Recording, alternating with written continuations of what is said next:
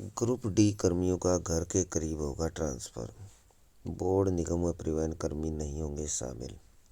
सरकार ने जारी की ग्रुप डी की ऑनलाइन ट्रांसफर पॉलिसी।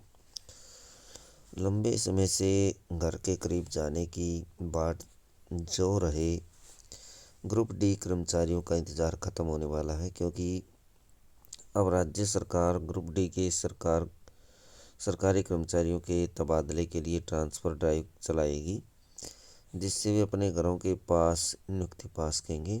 कर्मचारियों को ऑनलाइन आवेदन कर 3 जिलों के नाम भरेंगे। राज्य में 2019 में 18,000 से अधिक कर्मचारियों की भर्ती हुई, जिसके बाद से वे कर्मचारी उसी जगह काम कर रहे हैं जहां उन्हें नियुक्ति मिली थी। ग्रुप डी में 250 प्रकार के स्किल और सेमी स्किल के पद हैं, इसलिए कर्मचारियों को यह भी विकल्प दिया जाएगा कि वे आवेदन के वक्त यह भी भरें कि वे किस 50 पदों पर काम नहीं करना चाहते। हालांकि यह गारंटी भी नहीं है कि वे जो नहीं चाहते वे पद उन्हें नहीं मिलेंगे। ट्रांसफर ड्राइव में ग्रुप डी अधिनियम के लागू होने के बाद नियुक्ति व सरकार के किसी भी विभाग में तैनात सभी ग्रुप डी कर्मी भाग लेने के लिए पात्र होंगे। इसलिए किसी भी निकाय, बोर्ड, निगम, सार्वजनिक क्षेत्र में के उपक्रम, संवैधानिक निकाय में तैनात व परिवहन विभाग के ग्रुप डी कर्मचारी इस अभियान में भाग लेने के पात्र नहीं है। ट्रांसफर लेने वाले कर्मचारियों को किसी प्रकार का टीएडीए नहीं मिलेगा, क्योंकि यह ट्रांसफर उनके अनुरोध पर होगा। कर्मचारी किसी भी विभाग में नियुक्ति दी जा सकती है। आवेदन के लिए कर्मचारियों को 15 दिन का समय दिया जाएगा। ये होंगे पात्र। कर्मचारियों को दी जाएगी 3 जिलों में जाने की चॉइस, चुनने होंगे जिले।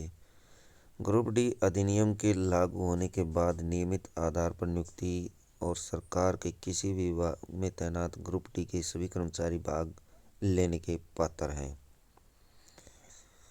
ये नहीं होंगे पात्र कर्मचारी किसी बोर्ड, निगम, सार्वजनिक क्षेत्र के उपक्रम, निकाय आदि में नियुक्त नहीं होना चाहिए।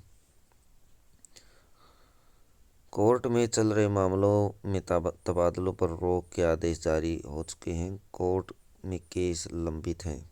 जो कर्मचारी निर्धारित तिथि तक पोर्टल पर पंजीकरण और आवेदन करने में विफल रहता है, उसे पात्र नहीं माना जाएगा।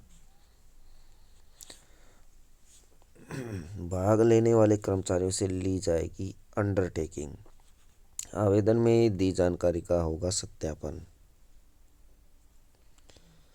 ऐसे मिलेगी प्राथमिकता।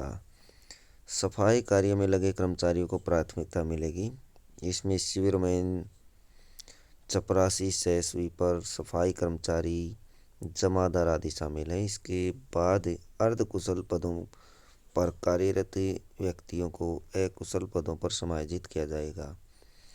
इसके बाद विधवा व तलाकशुदा कर्मचारियों को प्राथमिकता मिलेगी, जिनके बच्चे हैं और उन्होंने दोबारा शादी न की हो। इसके अलावा निसंतान विधवा, निसंतान तलाकशुदा व अविवाहित महिला कर्मचारी, फौजियों की पत्नियां और उसके बाद महिला और पुरुष कर्मचारी आएंगे।